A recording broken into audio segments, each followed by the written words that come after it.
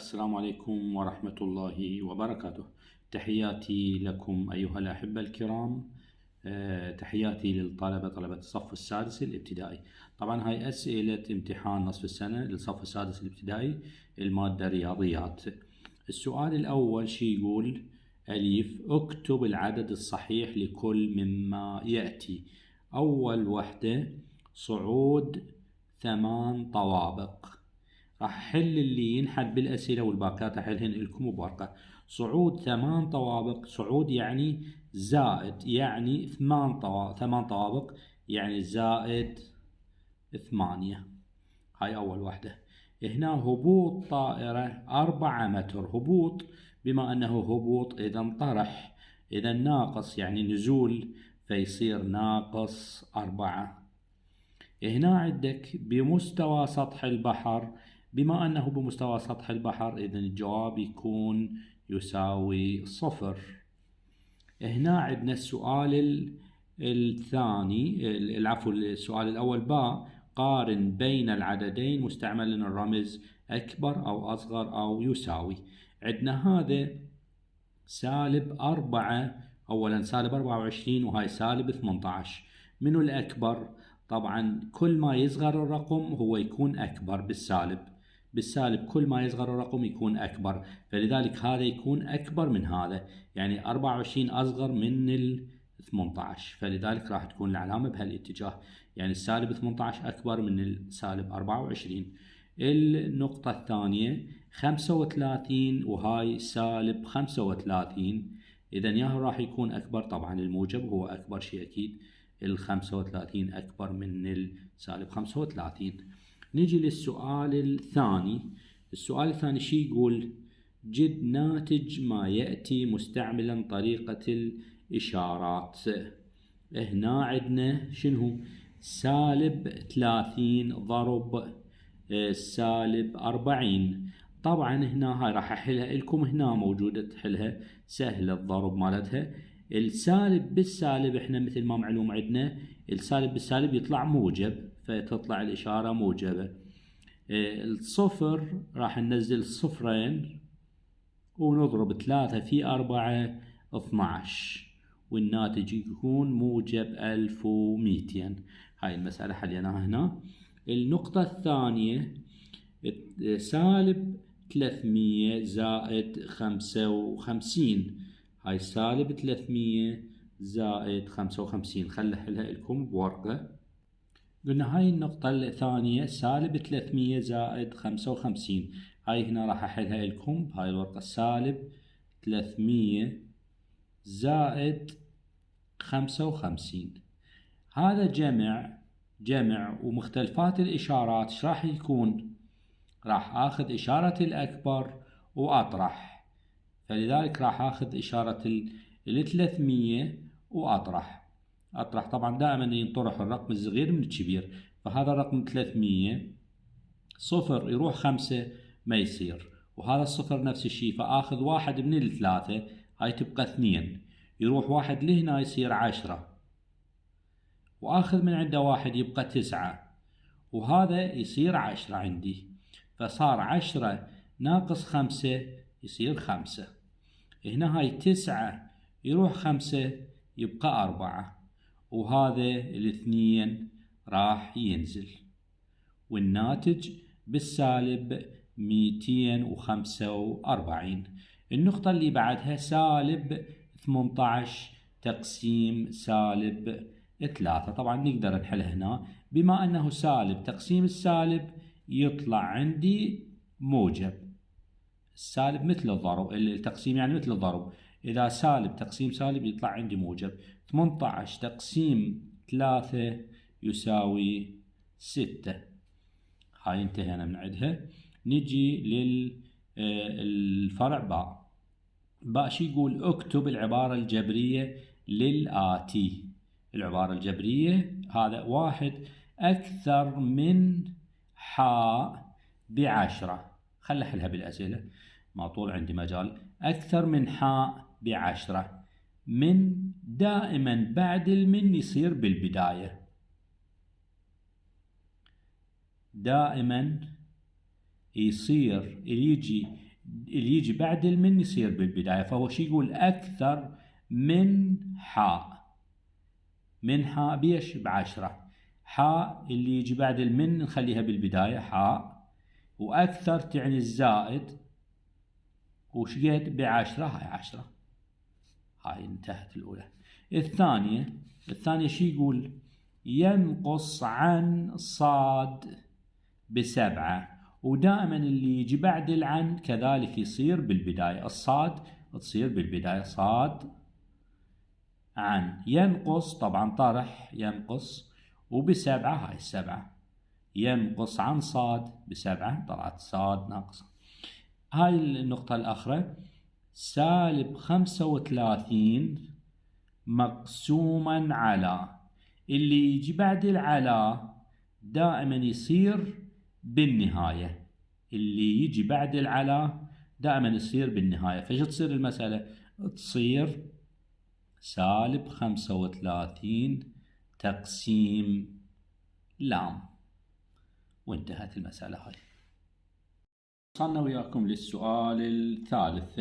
السؤال الثالث شو يقول؟ جد قيمة العبارة الجبرية باستعمال قيمة المتغير المعطاه.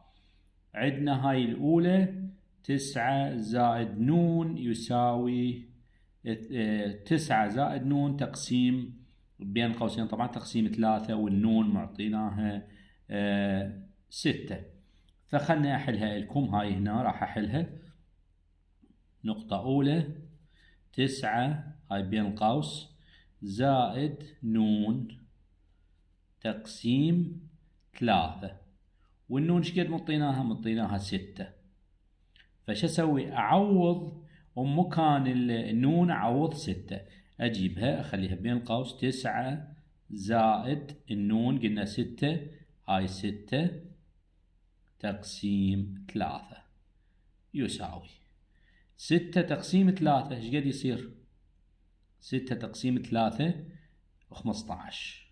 1 10 يصير 15 تقسيم 3 ويساوي ايش قد؟ 5. وانتهت هاي المسألة الأولى. الثانية 14. هاي 14 ناقص عين، والعين منطيني اياها 6. فايش راح اخليها احد هنا؟ 14 ناقص عين، والعين منطيني اياها شي يساوي 6. ايش اقول؟ اعوض مكان العين، اعوض 6. اقول 14 ناقص 6 ويساوي ايش قد؟ 14 يروح منها 6 8. وانتهت هاي المسألة الثانية. نجي للسؤال الثالث باء. رتب الأعداد ترتيبا تصاعديا. ايش منطينا؟ طبعا هو منطينا هاي الأرقام. منطينا الأرقام 25 فارزة 20 فارزة -20 و30. شي يريدها؟ يقول تصاعديا. تصاعديا يعني من الصغير للكبير. من الصغير للكبير. أصغر واحد بيهن منو؟ اللي هو -20. أخلي -20. هذا -20. اللي بعده يجي ياهو. اللي بعده يجي بعد 20. هذا 20. أقول أصغر واحد -20. 20 اللي يجي بعد هذا. اللي بعد 20 منو؟ يجي بعده 25. اللي يجي بعده منو 25؟ يجي بعده 30. يا إما هيك أسويهن باعتبار هذا -20 أصغر من 20، و20 أصغر من 25، و25 أصغر من 30. هاي يعتبر تصاعديا، يعني بهالاتجاه هذا تصاعديا من الصغير رحنا للكبير. هذا الحل التصاعدي. نيجي للسؤال الرابع. السؤال الرابع شي يقول؟ جد ناتج ما يأتي. السؤال الرابع جد ناتج ما يأتي. منطينا شنو؟ منطينا 5 بالعشرة ضرب 6 بالعشرة. طبعا الضرب ما لنا علاقة بالفارز، كأنما ما عندنا فارزة، نضرب وبعدين نحسب المراتب. ف5 بالعشرة ضرب 6 بالعشرة شي يصير؟ 5 في 6 30. أجي أحسب كم مرتبة عندي؟ واحدة وهاي 2، أجي من من اليمين 1 2، إذا أخذ الفارزة والناتج 30% صار. الثانية، المسألة الثانية هاي، و5 و2 بالعشرة عندنا 5 و2 بالعشرة ما ضرب 10. هاي عندنا أنماط في ضرب الكسور العشرية تتذكرونها، عندما نضرب بالعشرة ومضاعفاتها راح تتحرك الفارزة باتجاه اليمين، باتجاه اليمين مرتبة واحدة، فتجي الفارزة لهنا مقابل أنه يروح الصفر هذا، والناتج يكون 52 عدد صحيح. المسألة الأخرى اللي هي هاي 35% مضروبة في 100، 35% مضروبة في 100. كذلك هاي أنماط في ضرب الكسور العشرية، تتحرك الفارزة قلنا مثل ما بهاي المسألة، تتحرك الفارزة باتجاه اليمين. شقد تتحرك؟ عندنا صفرين، تتحرك مرتبتين، فتتحرك لهنا يروح على الصفر، وتتحرك مرتبة الأخرى لهنا يروح الصفر، يبقى عندنا 35 في 1 35. هاي انتهت المسألة الثالثة. نيجي للمسألة الرابعة، وهي المسألة الرابعة عندنا 2 و4 بالعشرة، 2 و4 بالعشرة تقسيم 6 بالعشرة. هاي المسألة أريدك تنتبه لها، لأنه ما يصير أنا أقسم على والمقسوم يكون كسر عشري، لازم هذا المقسوم عليه يكون عدد صحيح. شلون أسوي عدد صحيح؟ راح أضربه ب10 حتى أخلص من الفارزة، وبأنماط تتحرك الفارزة باتجاه اليمين تتحرك إذا تتخلص من عندها. إذا ضربت هذا ب10 كذلك أضرب هذا ب10 في 10، فالفارزة وين راح تروح؟ تتحرك لهنا الفارزة، يصير عندي عدد صحيح 6. هاي القسمة تنزل. هاي الفارزة وين راح تتحرك؟ أضربها ب10، من أضربها ب10 تتحرك لهنا، فيصير عندي 24 عدد صحيح تقسيم 6 ويساوي 4. وانتهى السؤال الرابع. السؤال الرابع، السؤال الرابع انتهى. خلنا نروح للسؤال الخامس. نيجي للسؤال الخامس. السؤال الخامس شو يقول؟ جد ناتج الضرب والقسمة مما يأتي، لكل مما يأتي. عندنا النقطة الأولى 3 على 4 تقسيم 1 على 4. خلي أحلها لكم هنا. 3 على 4 تقسيم 1 على 4. طبعا مثل ما تعرفون القسمة بها 3 خطوات. الخطوة الأولى ننزل الكسر الأول كما هو 3 على 4. الخطوة الثانية نقلب القسمة إلى ضرب، قلبناه. والخطوة الثالثة نقلب الكسر الثاني يصير 4 على 1 ويساوي. إذا عندنا صارت عملية ضرب كسور اعتيادية، إذا عندنا اختصار نختصر وبعدين نكمل ضرب. على 4 بها 1 على 4 بها 1، والناتج يكون 3 في 1 3، و1 في 1 1، 3 على 1 وتساوي 3. هاي أول نقطة خلصنا من عندها. خلينا نجي للنقطة الثانية. النقطة الثانية ضرب طبعا 5 على 10 ضرب 15 على 20. قبل الضرب أشوف إذا عندي اختصار أختصر وبعدين أكمل. على 5 بها 1، على 5 بها 2. هاي كذلك على 5 بها 3، هاي على 5 بها 4. والناتج ايش راح يكون؟ عندي هذا البسط، طبعا البسط في البسط والمقام في المقام. 1 في 3 3، و2 في 4 8، والناتج 3 على 8. النقطة الأخرى الثالثة اللي هي الثالثة شنو؟ ثالثة قسمة 20 على 32 تقسيم 5 على 8.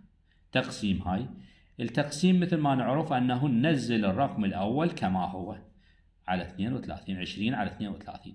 نقلب القسمة، عملية القسمة نقلبها إلى ضرب، صارت فيه، ونقلب الكسر الثاني يصير 8 على 5، يعني المقام يصير بسط والبسط يصير مقام. صارت عندنا عملية ضرب، نقدر هسه نختصر وبعدين نكمل ضرب، البسط في البسط والمقام في المقام.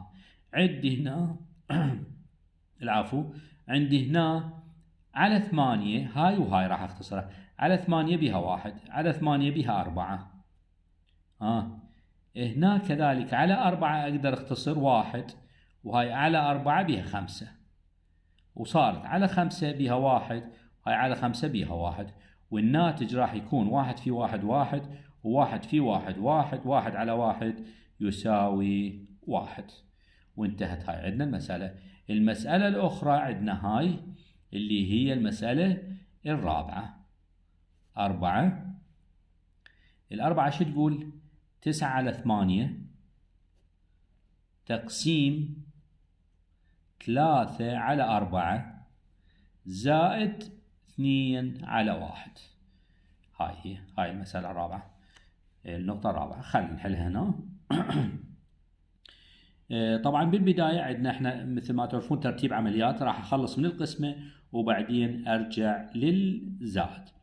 9 على 8 انزله كما هو 9 على 8، اقلب عملية القسمة الى ضرب، وبعدين اقلب الكسر الثاني 4 على 3 يصير زائد، هذا ما له علاقة بالكسر بعدين اخر شيء.